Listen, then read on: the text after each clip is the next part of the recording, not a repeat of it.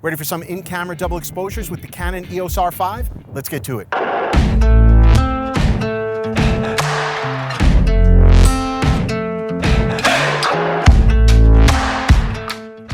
What's up, everyone? My name is Sal Sincata, back with the always stunning Marilyn. You're striking a pose, just standing here, waiting to get going. I think I'm gonna handle the, yeah, it looks good. Let's get at it.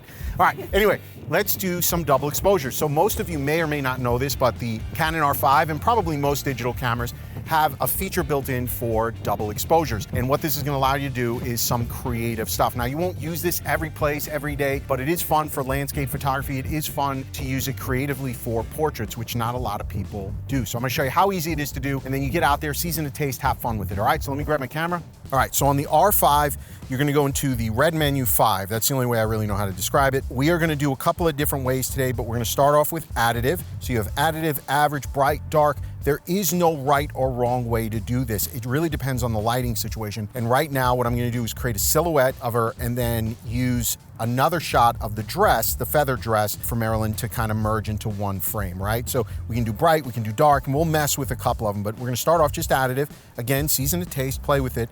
2 exposures. You can do multiples, 2, 3, 4, 5. 2 is pretty much what we want to work with. And then I have it set up for continuously so that I can continue to work every 2 frames. Let's just say, for argument's sake, I take my first frame, I don't like the way it looks, but I want to start over. Just clear it, hit another shot, and start over. That's why I like it set in continuous. And what the other feature I like here is, I'm just going to show you this for a second. So if I take a picture of Marilyn, so the first shot's there. What you're gonna see now is you can see this ghosted image of her. Can you see that? And what that's allowing me to do is see what the double exposure might look like when I take it.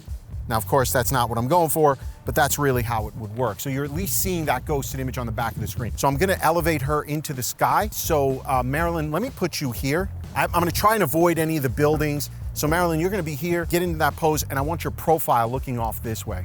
So I'm gonna pick this really low angle on Marilyn and shoot up so that I don't see any of those buildings around her. So here's my first shot. I'm shooting at an even exposure. Here we go, 1, 2.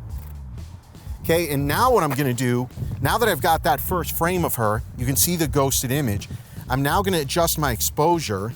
I'm gonna underexpose by 1 stop. And then I'm actually gonna take a picture of her feathers, okay? And you can see it's showing me what that's gonna look like. Okay, that's kind of a fun, how fun is that? That is super cool looking. So again, that's just a different technique. Let's try that same thing bright. So same thing, looking off. Okay, and now this will probably fill the brighter parts. Okay, that's kind of a fun, creative shot. Now I'm gonna switch this up again. Hold on, 1, 2.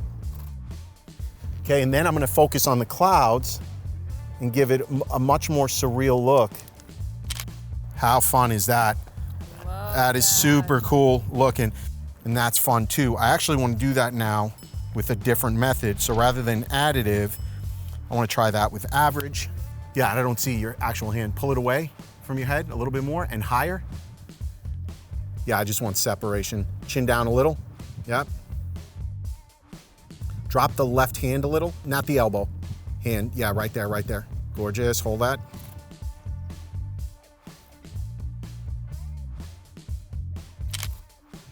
Oh, that is stunning.